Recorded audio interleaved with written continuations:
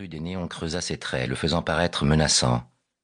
Il inspira par saccades et répéta à bas volume « Je les ai tous tués. » « Ok, » reprit le brigadier. « Mais qui? Vous n'êtes pas venu jusqu'ici pour rien, hein? Alors, racontez-moi. » Un silence pesant emplit la pièce. Les paupières de l'inconnu se fermèrent lentement et il lâcha quelques murmures, tête baissée. Toujours cette même phrase, dont il n'avait pas changé un mot depuis son arrivée.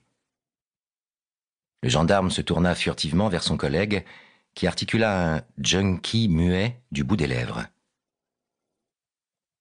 Il laissa quelques secondes s'égrener et poursuivit sur un ton qu'il voulut bienveillant. « Prenez votre temps, mais il faut que vous m'expliquiez. » L'homme releva le visage. Ses pupilles s'étrécirent et son regard se porta sur un bloc-notes trônant au-dessus du désordre du bureau. Il désigna un stylo d'un bref coup de menton et le gendarme comprit enfin. « Vous préférez écrire? Vous êtes droitier ?» Il acquiesça d'un hochement de tête lent. Jugeant l'inconnu calme et coopératif, le brigadier consentit à libérer sa main pour qu'il puisse utiliser le stylo.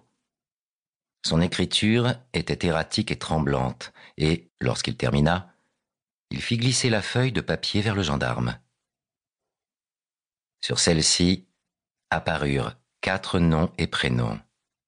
Une liste de 4 individus. « Ce sont les personnes que vous avez tuées, monsieur ?»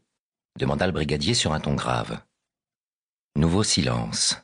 « Je les ai tous tués », ressassa l'homme étrange, une larme perlant au coin de l'œil. Chapitre 2.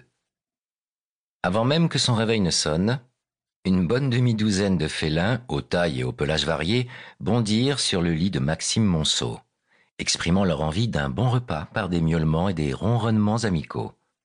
L'un d'eux, un charroux à la fourrure hirsute, s'approcha de son visage et entreprit de le lécher de sa langue râpeuse. La sensation désagréable fit grimacer Maxime, et il se redressa, provoquant le sursaut apeuré d'une chatte noire au corps gracile et élancé. « C'est bon, c'est bon. Vous allez manger. » Pour toute réponse, des miaous aigus fusèrent dans toute la pièce. Maxime s'extirpa de son lit et emprunta un étroit escalier en bois pour se rendre à l'étage inférieur. La horde de félidés le suivait à la trace, et lorsqu'il ouvrit un placard pour se saisir d'un gros sac de croquettes, 2 chats firent un bond sur le plan de travail de la cuisine. Il distribua les rations du jour, en parts à peu près égales, dans des bols et des écuelles aux formes et aux dimensions hétéroclites, puis il les disposa en ligne sur le sol. Un léger rictus déforma subrepticement le coin de sa bouche, alors qu'il observait cet essaim de greffier, dont il ne connaissait pour la plupart pas les noms, se baffrer bruyamment. Il préférait de loin la compagnie des animaux à celle des hommes, et jugeait l'ingratitude, dont on affuble à tort selon lui les chats, au moins équivalente à celle de ses homologues humains. Maxime remonta au pas de course dans sa chambre et alla jusqu'au fond de la pièce, vers une sorte de meurtrière qui offrait une vue imprenable sur le lac d'Annecy. Presque collée au carreau, une lunette astronomique se tenait là, solidement fixée sur un trépied.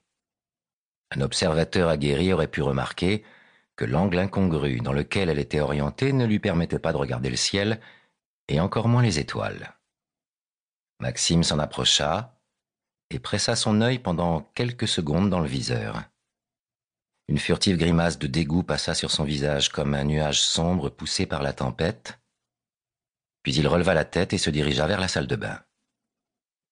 Après avoir avalé un rapide petit déjeuner, il consacra quelques minutes à caresser les quelques chats qui n'avaient pas encore déserté son appartement, afin d'enfin se décider à sortir de chez lui.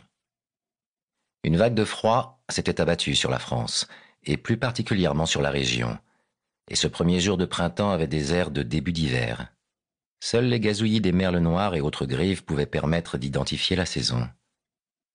Les pas de Maxime crissèrent sur les graviers à mesure qu'il avançait vers sa voiture, quand il entendit soudain une voix s'élever non loin derrière lui. « C'est aujourd'hui que vous reprenez le boulot ?»